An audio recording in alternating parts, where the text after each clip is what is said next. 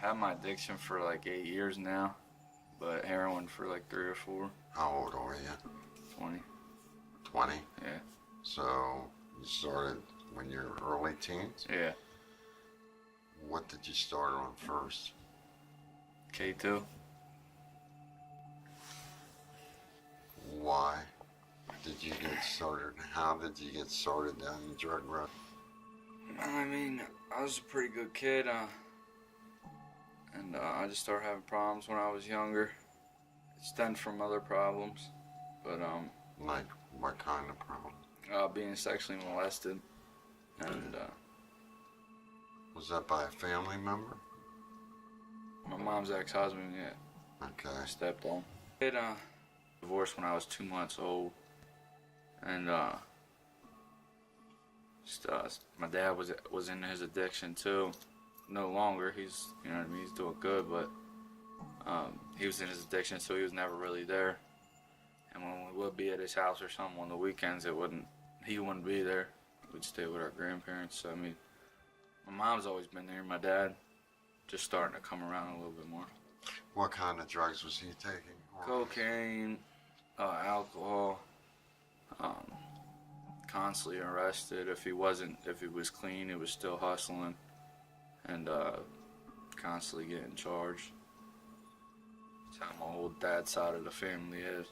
Did he ever provide drugs for you? Did he ever get you going down that road? I mean, not really, but I mean, like, we smoked together, smoked bud together. How old were you? Probably like 12 or 13. Contact with your dad now? Oh yeah, he's been sober 3 years on Sunday. Or actually it just passed, I think. He's been sober 3 years now, and he's like you know what I mean, he's in my life helping me out. He's still learning how to be a dad because he hasn't been for my whole life, my sister's lives, you know what I mean? So, but when I'm in active addiction, the things I do like makes me like think other ways about myself sometimes, and just makes me feel like I'm the worst person for doing this stuff. But yet there's people out there that done way worse stuff, you know what I mean? Like, and like I really harp on the fact that I've done, you know what I mean, so many bad things to people, but that was also my addiction, and I start realizing that when I'm sober, and I have a problem, and I'm fixing it, but that's why I had a problem, you know what I mean? How long have you, now when I ask you this question, how long have you been clean where you're not using anything? No alcohol, no pot, nothing? The longest? Have you ever? For a long period of time. How about now? 6 months. You don't use any pot, no alcohol? I'm on a Vivitrol shot. I don't use nothing. I stay in a recovery house. You're not living at home? I work a program. Okay. What do you see for your future? I actually started boxing. That's what I want to see for my future, is boxing. But I also see myself helping juveniles because that's part of life that I really started struggling as a juvenile. I just want to push kids, or at least help them, or let them know like they don't have to do the same thing I did or that other people did as a juvenile, because that life wasn't fun at all. You might think it is while you're doing it, but it's not. That outcome is always bad. So I want to help juveniles, or just maybe start a program for juveniles. They can come do things, sports or something, a sports camp, so they're not out doing bad things like I was doing. How long do you think this road takes to recover? Forever. Okay. Forever. Never stops.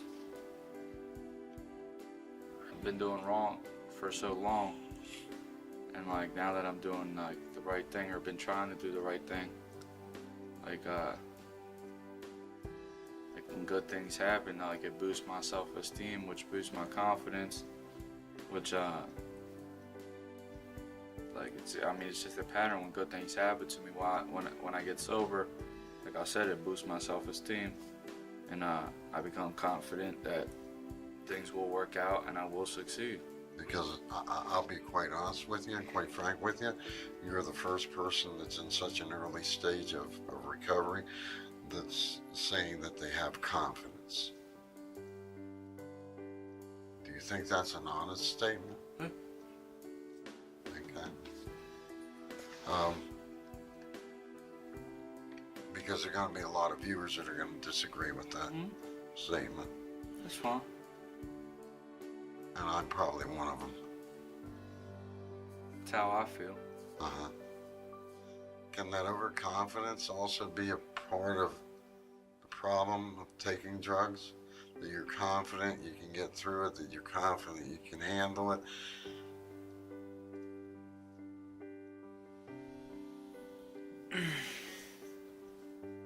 I don't know. It could be a bad thing if I stop working the program. It could definitely be a bad thing. Like I know for me, like I said, I mean every time I get sober, I mean that I've tried. Like I said, this is like the longest period I've had. But I don't know, like I'd say for my first couple months of sobriety, like while I was in jail, I wasn't so confident because I was in jail and I thought I wasn't getting out for a long time. And I had support on the outside who helped me. And I went to rehab and that helped me, talking a lot more and getting stuff out. And then like coming out and like things just starting to happen. I'm back in a good house. Just got a job. I started boxing. Like I'm doing everything good. I'm doing everything right. I got a sponsor. I read literature. Like all that stuff, like I said, helps boost my self-esteem, which helps make me confident that I'm gonna succeed. Now don't get me wrong, if I start doing the wrong thing or living another dirty lifestyle, even if I'm staying sober, living dirty, I mean, doesn't mean I'm gonna stay clean, you know what I mean? Like, I can only stay clean for right now. I don't know what's gonna happen 5 hours from now. Like I know, like I am confident right now that I'm definitely doing the right thing.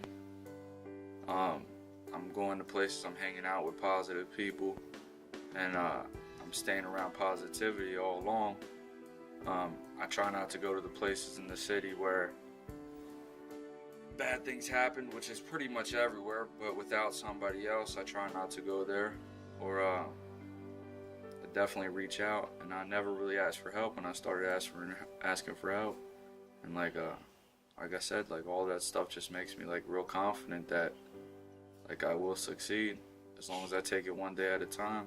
Where does that line between confidence and arrogance, where do they switch roles?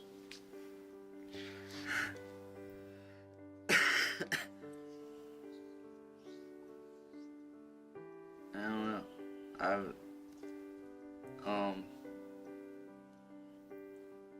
Would you buy into this statement that addicts and recovering addicts are the most self-centered people on the planet? I've heard it. Heard that a lot. You don't believe that of yourself? I believe it, but I mean, like, how does that have to do with me being so confident? Well, when your life circle's only around you, Right? your outside perspective is diminished. Right. But my life this time around hasn't been, don't get me wrong, I still struggle with it, but around me so much, and I start thinking about other people, start helping other people. Just for instance, like little things like I never did this at a meeting, like going up and shaking somebody else's hand that's newer than me, or even somebody's hand in general, or introducing myself or getting numbers, and like I do that. And I talk to people, I mean, I'm like, you know what I mean? I help other people. I'm still early in recovery, right? But like, I still like, I'm not so focused on myself as much. Because every other time I was trying to get sober, it never worked. But I am like, still confident that that I'm gonna succeed. You use that word quite a bit. And the reason why I caution you on that is the simple fact that that's exactly what can send you back to using again. Most definitely. I definitely know that. I know that. And I'm not trying to say that you should feel ashamed of yourself, but in the same respect, there's a very thin line and a big differentiation between confidence and arrogance. I know. And I keep an open mind. I keep an open mind though. When people do give me feedback though, and I mean nobody's really. I mean I've mentioned this to a few other people. Nobody's really like said anything to me about it, but I do keep an open mind and take suggestions and try to change. I mean it doesn't happen overnight, but if you're not confident, you're always focusing on the bad things are going to happen. So that's at least with my mind. I can't speak for nobody else, but that's at least with me. So like if I don't stay confident in what I'm doing or stay focused on the good positive things, I know my attitude can change real quick. Would a better word be optimistic? Confidence is something that you build upon, and it's kind of like happiness. It's an eluding thing. Right. It's only temporary, no matter what. There's written in the decree of our Constitution that we have the right to pursue happiness, but happiness is simply a fleeting emotion. Confidence is only a fleeting emotion as well, because each time you have to accomplish something to build your self-esteem. If you rest on that and say, I feel good about myself, your life pretty much virtually ends in your backslide at that point. Optimistic, I can deal with. Confidence at this early stage, that concerns me.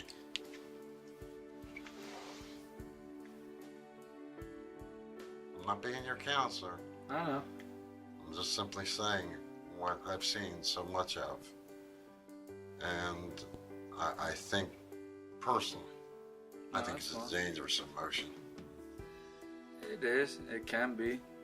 But, like I said, I do remain open-minded, and I do, like, take suggestions. I mean, there is a lot of people I can talk to, like, any time of the day, night, anytime I want to, that live with me. I can pull them aside, and so it's, like, really not hard for me. It's not hard for me to reach out anymore either, like, because they probably been through the same thing that I have, or else somebody that they know has. So why be scared to tell them or speak on it? You know what I mean? There's nobody to judge you, and if they are, they're probably still sick. They're sicker than you. So I mean, like I said, like I don't have a problem reaching out or talking as much or asking for help, I would say.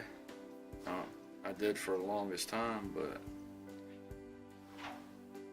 I got a lot of things out.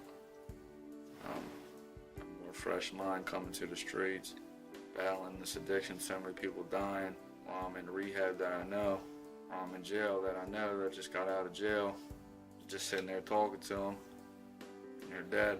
Get a phone call that they're dead, it's like reality starts hitting me, because in my addiction I don't look at if I'm gonna die or not, I just chase that next high. So like for me, like I don't know if you call it a spiritual awakening or a reality check, but I think that's what I got while I was in jail plus in rehab. Every day I would get a call or call my mom. She'd tell me somebody knew was dead, and I knew, or that my friend knew or something, you know what I mean? Or he OD'd last night, they say. And it started having me thinking, like, damn. Like, that's, you know what I mean? Like, it's reality. They were saying, like, 1 in 4 people come in prison while I was just in there, when the heroin got real bad just this time around. That 1 in 4 were relapsing within the first hours of being out, and a couple, you know what I mean? Probably 3 out of them 4 were dead in a couple of days, and it's happening. There's proof it's happening. So like, just seeing like friends that never did drugs start doing heroin and dying, and realizing how bad their life got, because I never really focused on how bad my life got. But seeing somebody else's life gets that bad while I'm sober, while I'm away, and seeing them die so quick, and then seeing their emotions of their family, because I really never paid attention to that either.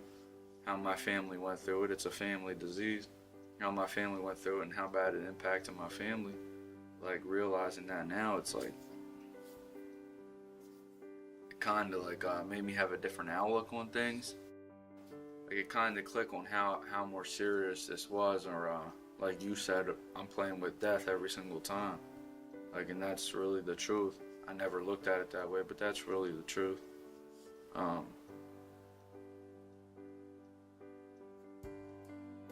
But alright, this all kind of led up from confidence. I just know from you, like, I can't be overconfident about things, but like I said, like, if I don't focus on positive things or be confident about positive things, or how would you say it, optimistic or whatever, then like I'm focusing on bad things. I'm focusing on bad people, not bad people, old people I used to hang out with, and like they say, you gotta change people, places, and things in order to change, and that's the truth. And I know every single time I relapse, it's because of that. I bring myself down because of old people I used to hang out with, or not deleting that one drug dealer's number in my phone or something, you know what I mean? So, yes, I know exactly what you mean. if I'm just like, first of all, if you're an addict and you don't want it, you're not gonna get it. If you want it, you'll get it. That's the first thing. You gotta work a program, like, and like, to like, I don't know, to kids, man, like, it ain't a good life to live, that's for sure. So, I know I've been miserable through my whole addiction. And, nothing but bad things happen. Seriously, the outcome's always bad.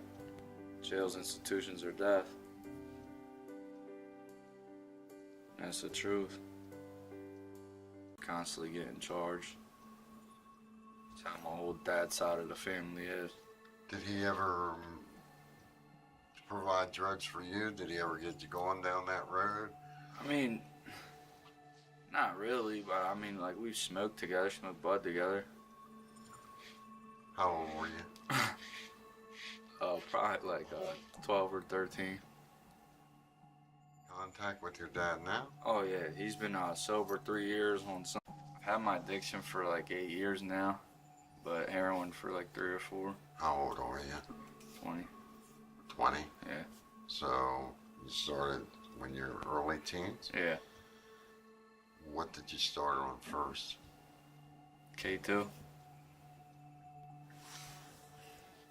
Why did you get started? How did you get started down the drug road? I mean, I was a pretty good kid.